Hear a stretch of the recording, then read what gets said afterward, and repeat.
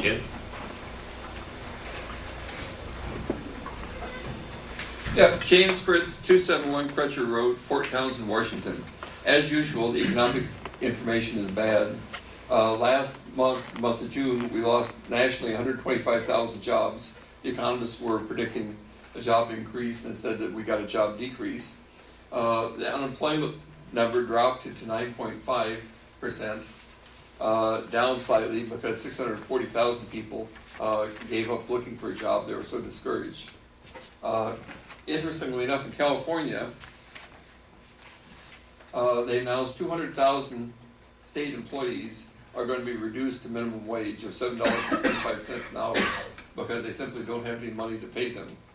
And they're still trying to figure out how to raise the cut expenses $20 billion so they can balance the budget. And that's 1/6 of the total U.S. economy. Now, I think Norma Claudia, the last meeting, had a very good point. To stimulate the economy, we could fast track construction projects, and it would greatly improve people's attitude if they knew they could get a job, get a construction project going in a matter of weeks instead of months. So what my suggestion is, as an industrial engineer, and I'll volunteer my services, we put together a team, a couple of industrial engineers, a couple of architects, a couple of contractors, and we do what manufacturing has had done for the last 60 years, put standard times on everything.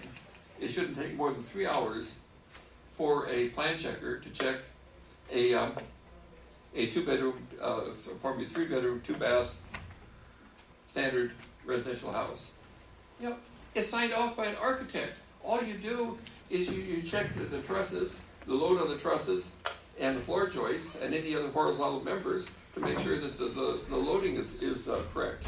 And 3 hours, no problems at all. And as far as sending it over to health department, a week should be plenty. 2 weeks, there's no excuse for taking things longer than 2 weeks. In Sandpoint, Idaho, just north of there, Bonner's Ferry, 20 years ago, they ran out of money, so had to lay off everybody in the building department except one person. And he'd stand at the counter, and you bring it in, he check it, you pay him, and you leave. And it proved so successful, they're still doing it. You know, they save all this money. And we've got to do something to stimulate business.